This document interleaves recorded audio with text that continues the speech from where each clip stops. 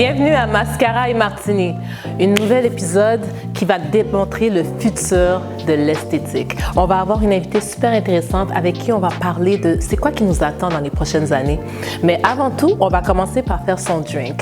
Alors aujourd'hui, mon drink, ça va être The Bright Spark. On va faire un Lemon Drop Martini. Je me prends mon citron et je fais juste la moitié parce que je ne sais pas si elle va vouloir le rime de sucre quand elle boit.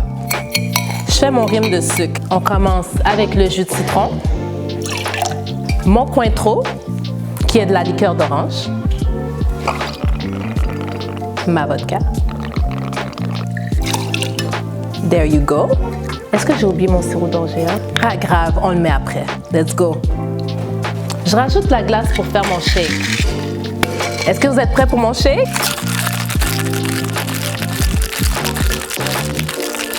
There you go. I got my drink ready. Parfaite quantité. Like, really? Did you think I wasn't gonna nail this? Mon drink est prêt. Mascara et Martini. On est là pour parler avec notre magnifique invitée, Noir Mounium. Premièrement, ma belle, il faut que je te parle de ta mélanine. It's glowing. You look so good. Thank you, sis. Je t'envoie le compliment. Afro's poppin'. You look like your person. Tu personnalises la beauté. Ben là, t'es vraiment fine. Non, mais il faut être réaliste. Donc, dans le fond, toi, tu es une personne qui est vraiment à multiples facettes. Tu fais de la photographie. Ouais. Tu es PMU, ouais. Qui est une artiste de maquillage permanent. C'est exact. Et puis tu fais aussi, qu'est-ce que tu fais d'autre? Parle-moi un peu. Je fais de la création de contenu pour des articles de beauté, pour les parfums, pour tout ce qui est un peu lifestyle. Fait que, tu sais, je dirais que je suis un peu une artiste multidisciplinaire. Ah, c'est ça. Et puis, tu as aussi ton podcast qui s'appelle Refined Aunties. Right, I totally forgot about this, man. Oui, j'ai un podcast qui vient de débuter. On a commencé à filmer des épisodes avec une de mes meilleures amies qui s'appelle Stéphanie Germain. Puis, c'est un podcast où est-ce qu'on parle de comment on a grandi à Montréal en tant que jeune femme noire millénaire. En fait. Ah, ça, c'est vraiment bon que tu utilises ta voix pour ça. Donc, explique-moi un petit peu comment tu as commencé en photographie. La manière que j'ai commencé en photographie, ça remonte quand même à un petit bout, je te dirais, aux alentours de 2015-2016. Au début, j'ai commencé à prendre des photos avec mon appareil cellulaire. Et ensuite, quelqu'un a vu que j'avais comme l'œil, j'avais des belles compositions juste avec des photos sur mon cellulaire. Donc, cette personne-là m'a offert ma première caméra photo. Oh, c'était quoi? C'était une Nikon D3400. Oh my God, il y a tellement de batailles entre Nikon, Sony, Canon. Yes. Puis toi, tu as commencé avec Nikon? J'ai commencé avec Nikon vu que on me l'a offert. Et I'm still shooting with Nikon because comme j'étais habituée au système de Nikon. Mm-hmm. Donc, pour continuer un peu, c'est que j'ai commencé à amener ma caméra avec moi dans des festivals de musique, dans des festivals de blues. Et j'ai commencé à photographier des gens qui performaient. Et avec ça, éventuellement, je me suis créé un portfolio et j'ai appliqué à l'école en photographie commerciale à Dawson. Oh. J'ai été acceptée dans le programme, j'ai étudié pendant 2 ans, j'ai gradué pendant la pandémie et there you go, je suis devenue photographe à temps plein après ma graduation. À temps plein, guys. Ça veut dire que vraiment tu baignes dans le domaine de la beauté, de la mode. Quel genre de photoshoot que tu fais? En fait, je te dirais que je suis pas tant dans les gens, ils ont souvent cette misconception about me que je suis dans le domaine de la beauté et de la mode. C'est que c'est quelque chose qui m'intéresse. Je suis dans le domaine de la beauté à cause du travail de PMU comme artiste en maquillage permanent, mais ma photographie, c'est plus de la photographie éditoriale. Je fais beaucoup de corporate, c'est-à-dire que je photographie beaucoup genre des personnes, des jeunes entrepreneurs, des avocats ou des artistes, mais je suis pas en tant que telle dans la mode, genre je fais pas de gros shootings pour des designers de mode et tout. Ah, je comprends. Mm-hmm. Puis quand ces gens-là viennent sur le plateau pour se faire photographier, même si c'est des choses moins de mode, moins éditoriales, est-ce que ces gens-là quand même se maquillent, ils se préparent, comment ils se préparent pour le shoot? En fait, oui, ils se maquillent et parfois ils vont se maquiller eux-mêmes. Il est arrivé des occasions que je les maquillais, genre que je suis pas une make-up artist per se. Je sais comment me maquiller ou je sais comment maquiller des personnes qui ont la mélanine plus foncée. Ou sinon, je vais collaborer avec des make-up artists. Comme c'est déjà arrivé qu'on a collaboré une fois avec les jeunes de Saint-Michel, ou je collabore avec une autre make-up artiste plus régulièrement qui s'appelle Gabby Maguire. Ah oui, j'aime bien. Fait que souvent, c'est ça, je vais la voir on set et elle va maquiller les personnes que je photographie. C'est ça c'est une misconception que j'ai souvent quand je travaille, parce que moi aussi, je travaille beaucoup avec les photographes. Puis même si on n'a pas vraiment besoin même si c'est un look naturel, on a quand même besoin d'avoir une petite base, parce qu'au final, la façon que l'éclairage touche notre visage, il faut que ça soit uni pour bien absorber la lumière, c'est ça, hein? C'est exact. Puis quand on dit maquillage naturel, it's always, ça reste que c'est quand même un full face, parce que la caméra va capter les détails et on va quand même mettre du concealer, on va quand même mettre du correcteur, fait que ça devient quand même un full face. Est-ce que les gens, OK, ils ont quand même l'impression, écoute, petit Photoshop this, petit Photoshop ça. Est-ce que tu as l'impression que les gens délaissent un peu le maquillage et puis laissent plus de travail à la photographe pour les retouches photos? They absolutely do this. And that's something that really pissed me off, because je suis une photographe, mais il y a une limite au travail en photographie et en retouche photo. Parce que si tu veux que je commence à te mettre du rouge à lèvres en post-production, c'est-à-dire pendant que je fais les retouches, si tu veux que je commence à te conceal et que... C'est du travail et c'est du temps en plus qu'on passe sur les photos.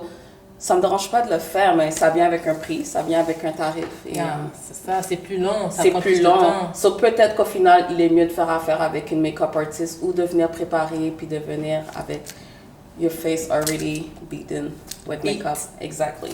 C'est ça, parce que des fois, les gens, ils poussent le maquillage de côté, ils poussent le hairstyle, les cheveux aussi de côté, parce qu'ils se disent « Ah, ben ça va être Photoshop. » Mais Photoshop, il y a des limites quand même. On ne peut pas tout mettre sur le Photoshop. Absolument. Et c'est vraiment quelque chose que... Tu sais, des fois, c'est comme tes cheveux sont mal brossés, ou comme tu n'as pas bien appliqué ton vernis, que comme ton rouge à lèvres, il est mal appliqué, mais...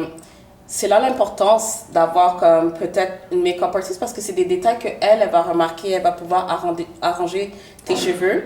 Et moi, ça me permet de justement focus sur ma job en tant que photographe. Et tu sais, genre quand je fais mes retouches, je suis concentrée à... Je suis pas là pour te maquiller puis te faire une nouvelle face et tout. Et puis moi, souvent, des fois, j'ai été prise pour être dans des photoshoots. Et puis, les gens questionnaient si c'était vraiment nécessaire que la maquilleuse soit là. Mais je pense qu'il y a une différence parce que, comme tu as dit, la caméra capte tout. La caméra capte tout. Mais en même temps, c'est mes clients, des fois, il y en a qui ont un look super naturel.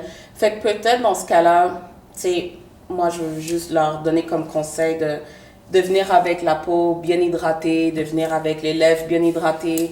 And I do a lot of black people. Genre, si tu regardes un peu plus mon portfolio, comme la plupart de mes clients, c'est des personnes, des POC ou des black people. Fait que c'est sûr que c'est important de mettre la crème. C'est des petits détails, mais comme, tu sais, la caméra, elle va capter, là, si tes mains sont blancs. Alors, même les hommes, ils se maquillent? Peut-être pas maquillé, mais comme, tu sais, avoir un lipstick ou... ça dépend de ton type de peau. C'est déjà arrivé que je dis à un homme comme, oh, il est complexé par, like, dark circle. Fait qu'on va lui mettre, tu sais, un petit peu de concealer. Ça, je peux le faire moi-même. Je vais pas lui dire d'engager une make-up artist pour ça. Je peux le faire. Mais pour moi, le primordial, c'est comme... La peau doit être hydratée.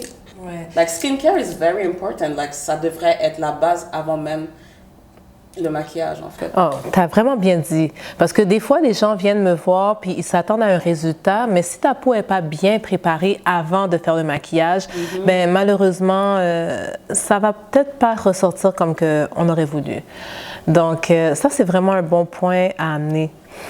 Et puis, aussi par rapport à ta carrière de photographie et puis de la beauté, je sais que tu fais de la photographie de produits aussi. Ça, c'est quelque chose qu'on parle un petit peu moins, là, mais immortaliser la beauté du packaging des produits. Parce que les produits, je trouve que c'est quelque chose qu'on a dans notre quotidien. C'est ça qui est sur notre comptoir dans la toilette, sur notre comptoir dans la chambre. C'est ça que...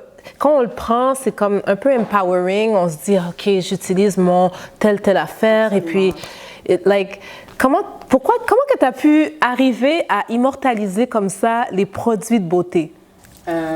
En fait, c'est une passion qui a commencé, une passion qui est née durant la pandémie.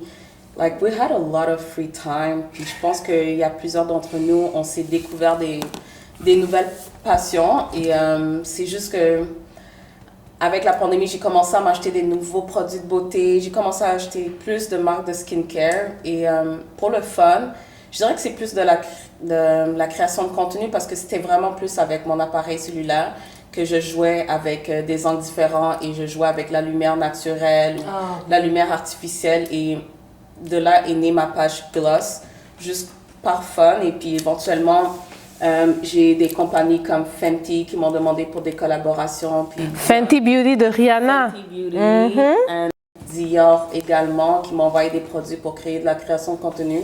Fait que c'est sûr que c'est quelque chose que je fais plus on the side parce que souvent, on a tendance à, comment dire, tu sais, comme il y a la culture du hustle, souvent nous, les millennials, puis les Gen X, je pense que vous, c'est Gen X, c'est ça? Oui, c'est ça. Toi, tu es un petit peu plus jeune que moi. C'est ça. Trentaine. Ouais, je suis fin trentaine.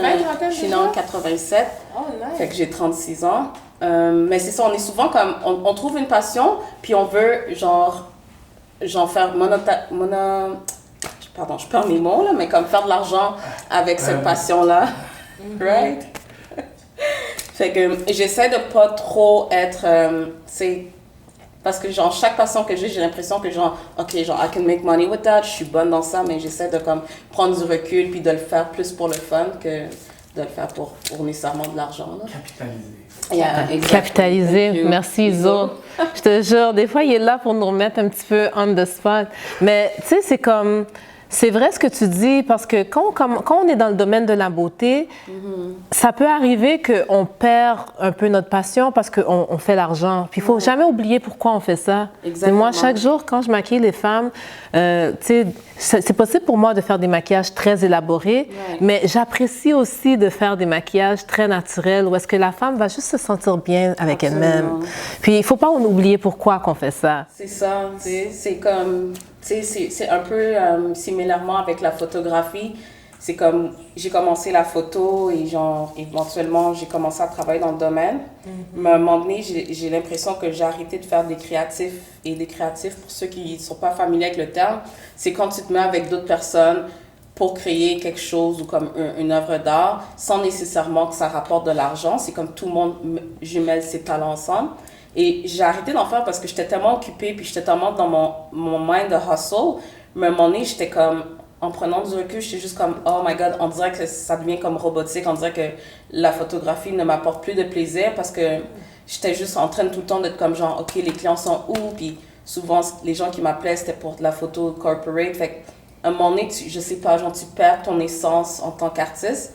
Fait que d'où l'importance des fois de créer juste pour le plaisir, puis de faire des trucs juste pour le plaisir, pour pas justement tomber dans ce genre de cercle vicieux que tout le temps, de tout capitaliser. Oh my God, je te rejoins tellement là-dessus. Parce que comme quand je travaille, que je fais du maquillage, tu sais, on m'appelle, je me déplace dans les contrats, ça me fait super plaisir. Mais c'est vrai que souvent, c'est des contrats où est-ce que je reste dans les normes, tu sais. Fait que si je veux vraiment dépasser mes normes, il faut que ça soit de ma propre initiative. Il faut que ça soit moi qui me dise, OK, aujourd'hui, je veux faire un body paint de tel genre avec telle personne.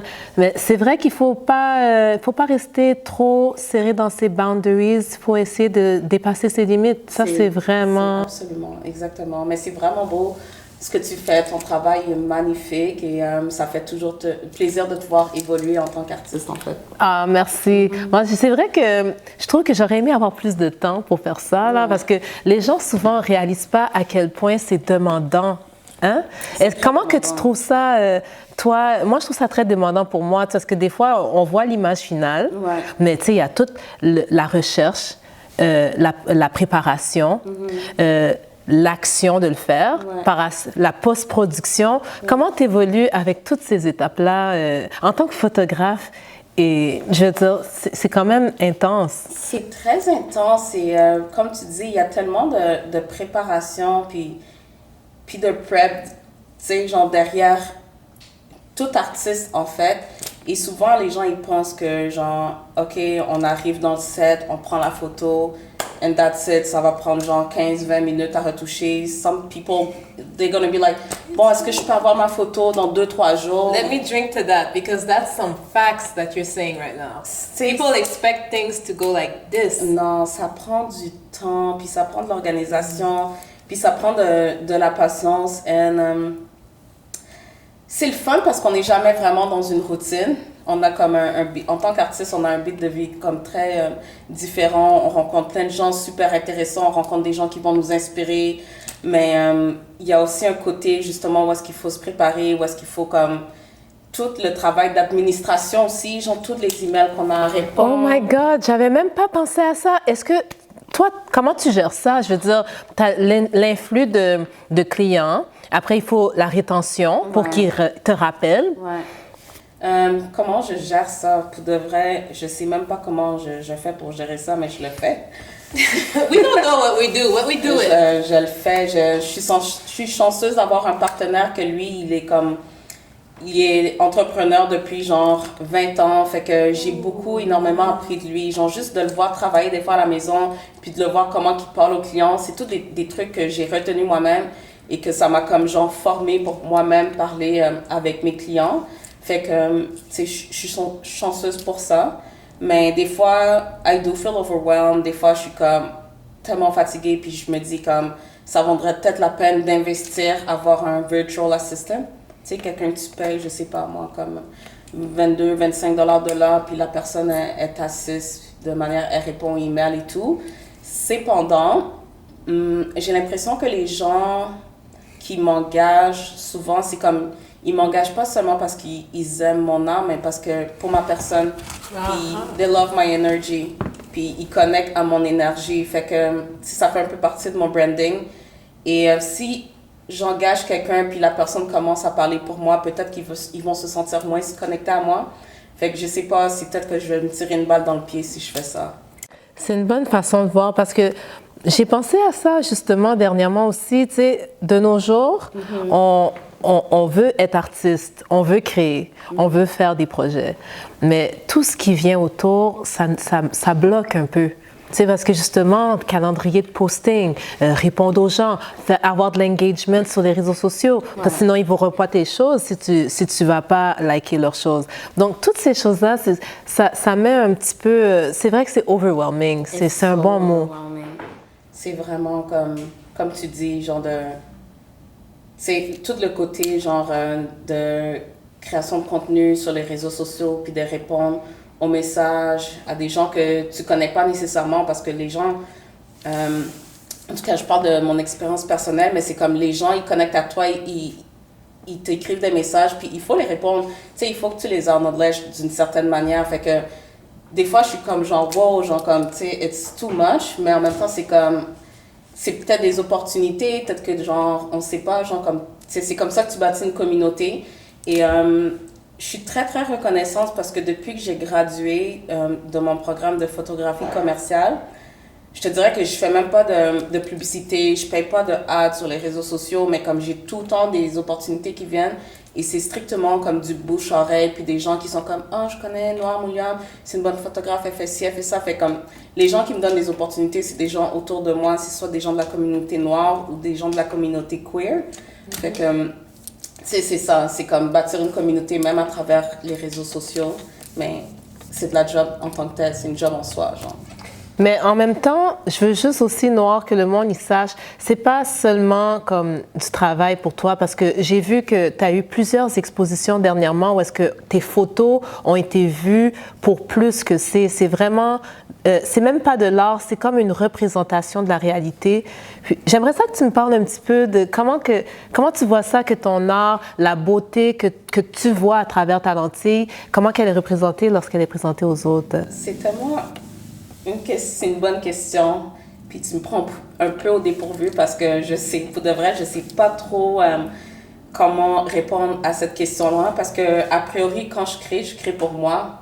Je crée pour le plaisir, puis c'est sûr que quand que je décide d'envoyer genre mes photos dans des concours ou quand les gens me demandent d'utiliser mes photos pour des expositions, je choisis ce que moi j'aime. Et puis éventuellement, si ça touche d'autres personnes, c'est sûr que comme it makes you feel good. Et c'est tout le temps intéressant de voir la perspective de comment eux, ils voient ça. Mais je sais pas si je réponds à ta question, en fait. Non, mais quand même, dis-moi, c'est quoi ton meilleur projet, le projet que tu es le plus fier, celui que tu sens que tu as été le plus intègre avec? Je te dirais que j'ai 2 projets qui m'ont vraiment, vraiment hyper plu. Un des premiers projets qui m'a vraiment comme apporté beaucoup de fierté, c'était le projet justement de mentorat avec les jeunes de l'arrondissement Saint-Michel. Ah oui, on a travaillé ensemble. Qu'on a travaillé ensemble, qu'on a travaillé sur leur photoshoot final là, pour l'exposition. En fait, c'était un projet où est-ce que j'ai mentoré des jeunes qui font partie des écoles secondaires dans le quartier de Saint-Michel. Et en fait, c'était de les apprendre la photographie et de leur montrer qu'ils pouvaient, genre, justement, les inspirer à prendre un métier artistique parce que souvent, dans la communauté noire, on va nous pousser à faire des métiers un petit peu moins créatifs, like, you know how it is. Infirmière. C'est ça, infirmière, avocat, ingénieur, like, you know how it is. Mais tu sais, on brise les codes, on brise les barrières, puis je pense que, genre, justement, ces jeunes-là, en nous voyant, nous, vivre de nos passions, mais ça peut les inspirer à, justement, aller vers un métier qui est comme plus artistique dans le futur. Mais c'est ça, c'est comme ces jeunes-là, ils ont en fait, c'était un projet d'environ 1 an, et il y en a quelques-uns qui ont choisi de la photographie en vue d'une exposition finale qu'il y avait eu au Conseil des Arts.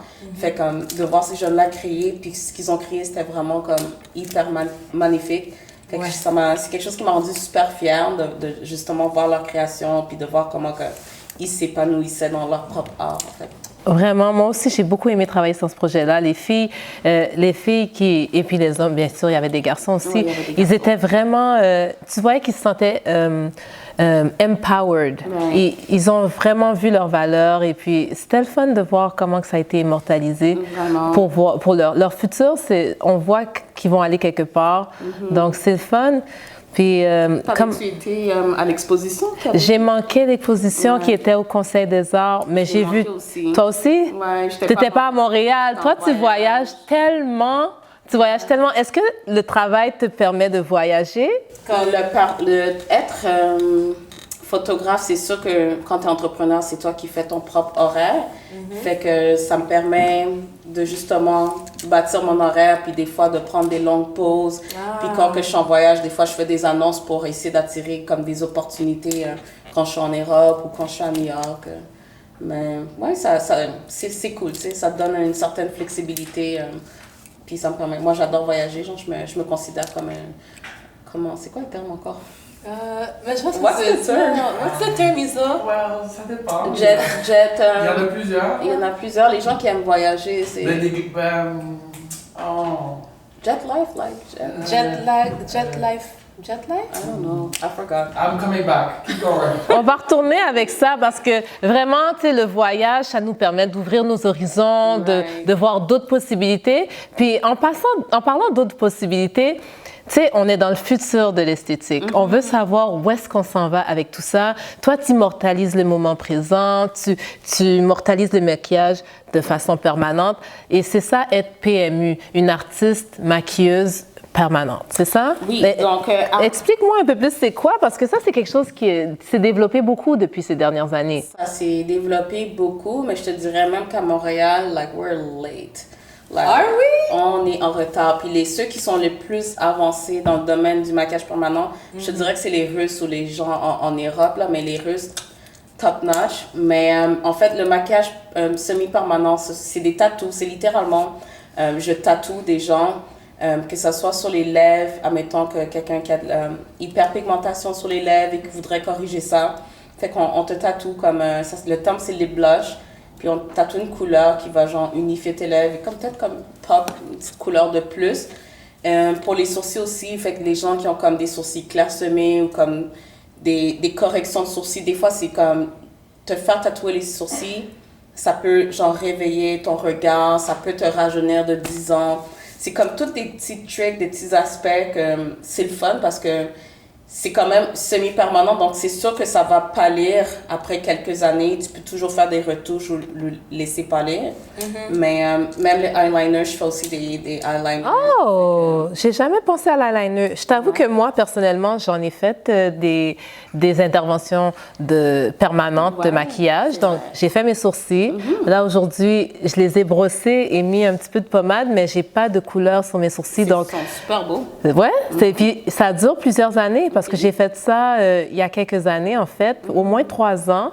Puis moi, je suis quelqu'un qui a beaucoup de tatouages, puis mes tatouages, ça reste longtemps. C'est que je sais que faire des interventions comme ça, on ne sait pas qu'est-ce que ça peut donner. Il y en a que ça dure 1 an, il y en a que ça peut être plus long. Mais moi, ça a duré quand même assez longtemps, mais j'ai jamais fait d'autres choses à part mes sourcils et puis ma tête. J'ai fait la micropigmentation sur ma tête. Ouais, il y a beaucoup d'hommes qui font ça justement, genre surtout comme pour les hommes. C'est quand même un sujet intéressant parce qu'il y a des hommes qui souffrent justement de calvitie.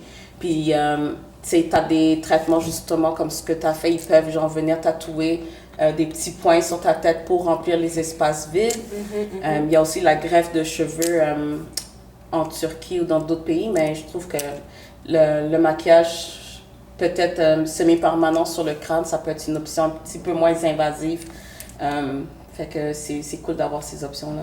C'est ça. Ouais. Puis je sais qu'il y en a qui sont un petit peu moins permanentes, comme ajouter des cils. Tu sais, ça, c'est quelque chose qu'on voit souvent sur les réseaux. Puis, tu sais, je parlais de ça dans mon autre épisode avec les hommes, où est-ce qu'ils trouvaient que, tu sais, quand il y en a trop, est-ce qu'il y a une limite pour toi de faire ce genre d'intervention-là? Est-ce que tu conseilles tes clientes pour pas qu'elles aillent trop loin? Comment tu vois ça avec la personne qui t'approche pour faire une intervention semi-permanente? En fait, souvent les gens qui viennent, parce que moi je me considère quand même, je suis une artiste PMU, mais j'apprends également, donc je suis une mentee, j'ai quelqu'un qui me mentor, il y a une de mes amies justement qui a son salon au centre-ville et qui était comme « Oh Noir, t'as l'air tellement passionnée par le maquillage, je pense que tu serais un bon fit et j'aimerais ça t'apprendre, que tu deviennes mon assistante et je t'apprendrai tous mes trucs. » Fait que ça a été une belle opportunité pour moi d'apprendre dans le domaine. Oh, et nice. ouais, j'ai vraiment été chanceuse et en fait, c'est ça, c'est que je commençais la photo, puis j'étais pas sûre si la photo, elle allait comme développer aussi vite. Fait que j'étais comme, let me get this as a side hustle. Mais finalement, la photo a pick up, mais j'ai continué.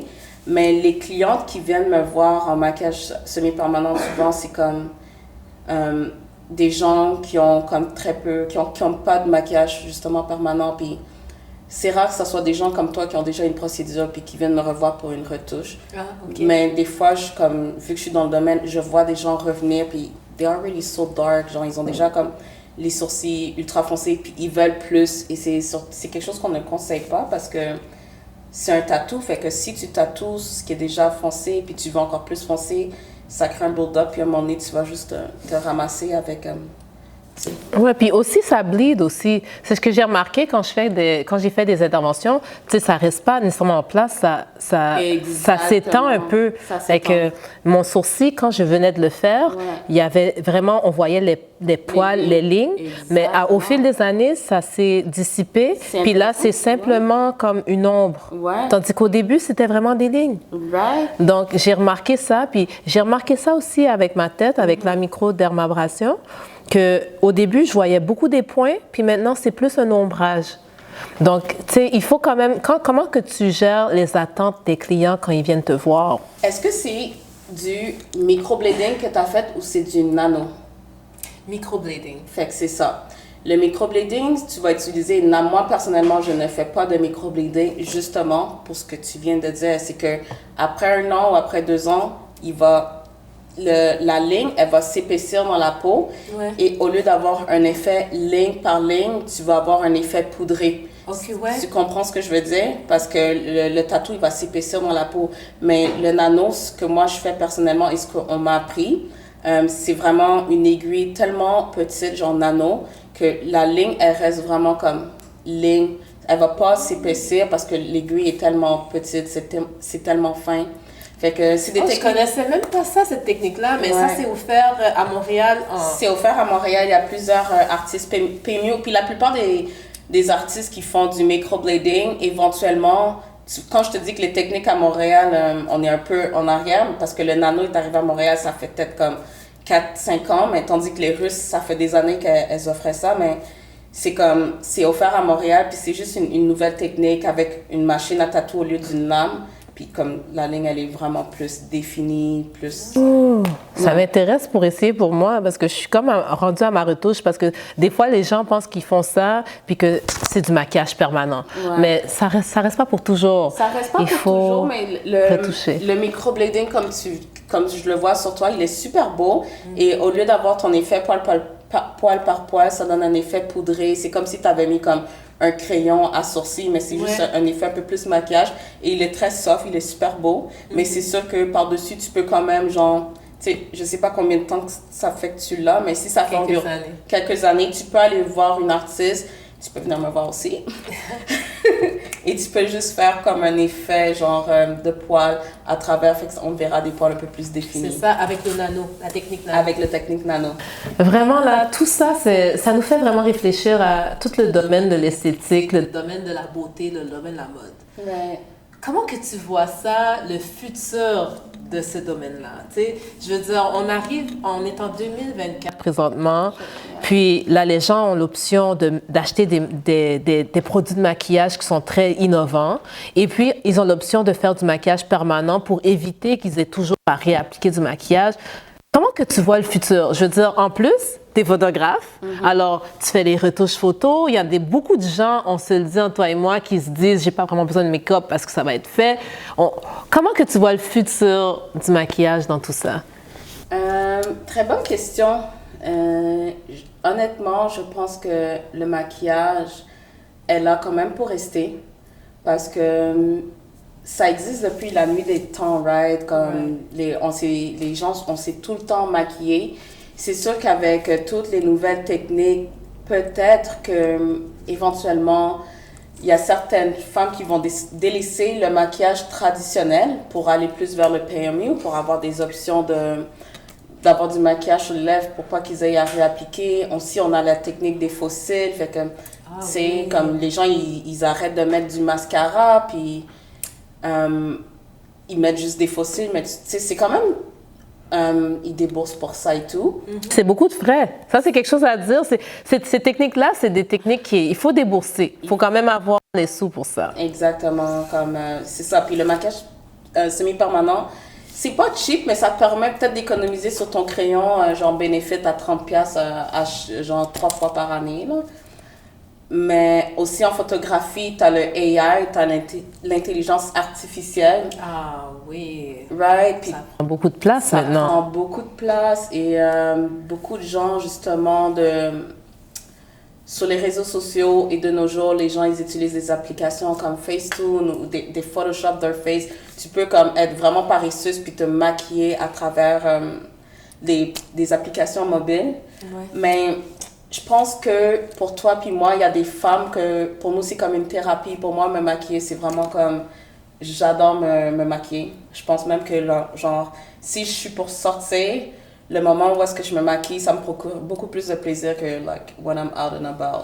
C'est comme un petit peu une thérapie, une méditation, un moment pour soi. Exactement. Un moment où est-ce que tu t'accordes, que tu dis... Like, I'm doing this for you. Et souvent, les gens qui me demandent, oh, like, you wear so much makeup and ça doit te prendre combien de temps? Puis c'est comme, if you understand, you understand. On revient au moment présent.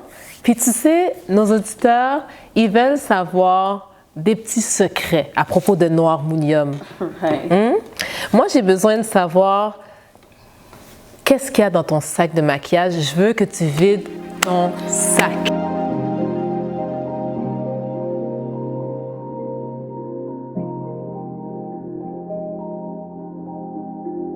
N'hésitez pas à nous trouver sur les réseaux sociaux. On va y partager plein d'anecdotes, plein de bloopers, puis plein de behind the scenes. On va aussi pouvoir vous partager c'est qui nos invités. Donc, n'hésitez pas à nous suivre sur les réseaux.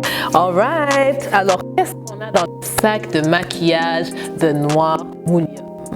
Alors, j'aimerais ça que tu nous ramènes un petit peu et puis que Tu nous donnes un petit insight sur qu'est-ce qu'il y a dans ton sac de maquillage. C'est quoi tes produits préférés? C'est quoi que tu vas nulle part sans ce produit? Go ahead. I am so curious because you're so gorgeous. Thank you, sis. I got you. Et on va commencer avec ma crème à main. Et ça, c'est une petite crème, un baume protectrice pour les mains. Si vous connaissez pas ce brand, Aesop, c'est une petite brand genre, pas italien, australien, de produits naturels. Donc, il n'y a pas vraiment de produits chimiques. Right? Toi, dans le fond, si tes mains sont blanches, t'es pas là. Non, je suis pas down même. Puis je suis tellement, comme, pour de vrai, c'est un de mes pet peeves, c'est de voir les gens avec, comme, des mains blanches. Ça vient vraiment comme me trigger. I'm good. I'm good, guys. I'm good. But ça m'arrive tout le temps parce que je veux dire, moi, des fois, je fais des photoshoots et puis il y a des behind the scenes qui sont filmés. Et puis une fois, ce qui m'est arrivé, c'est que j'étais en train de maquiller quelqu'un et puis le photographe a fait un slow-mo zoom-in sur ma main. Right. Oh my God, ma main était tellement blanche, ça craquait. Exactement. It was horrible, I swear. I get you on that. So everybody, you better get your hand cream ready in your bag. If you're black, you need it on your purse always, okay? Black. J'ai ma fourche à cheveux parce que, you know, it's summer et présentement, j'ai mon afro. This is so cute! Right? Where did you get this? Je pense que je l'ai acheté sur la boutique Essence en ligne. Une petite fourche à $10, vraiment cute. Ça vaut pas cher hein, pour pouvoir juste être fresh. Ouais. I like this. That's great. So, yeah, on a ça. Et quoi d'autre?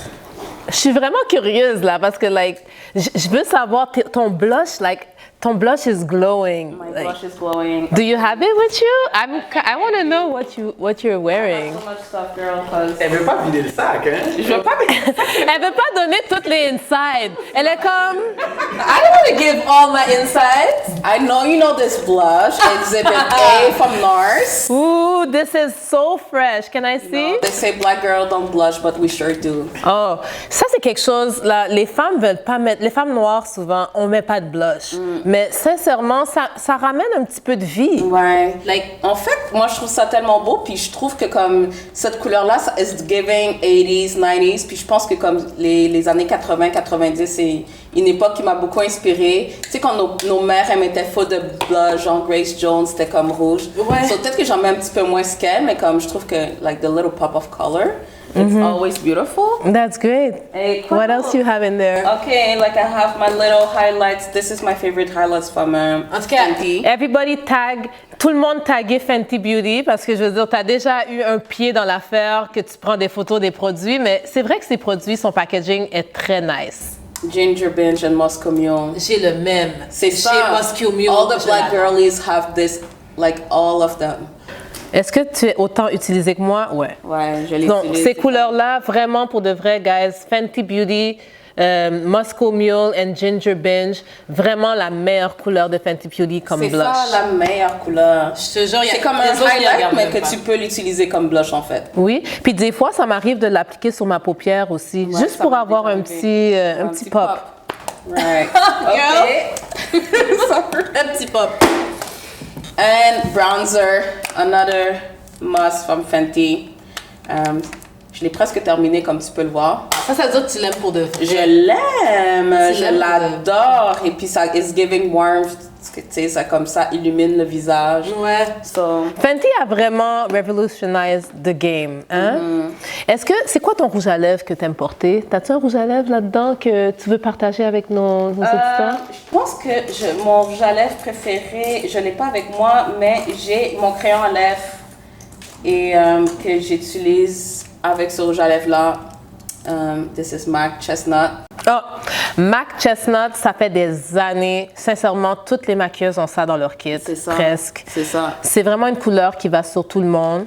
Exactement. Puis Hourglass, j'ai jamais utilisé ça. Parle-moi de ça. Not bad, un cute, slick, little lipstick. Moi, je mets tout le temps des couleurs un peu nude sur mes lèvres.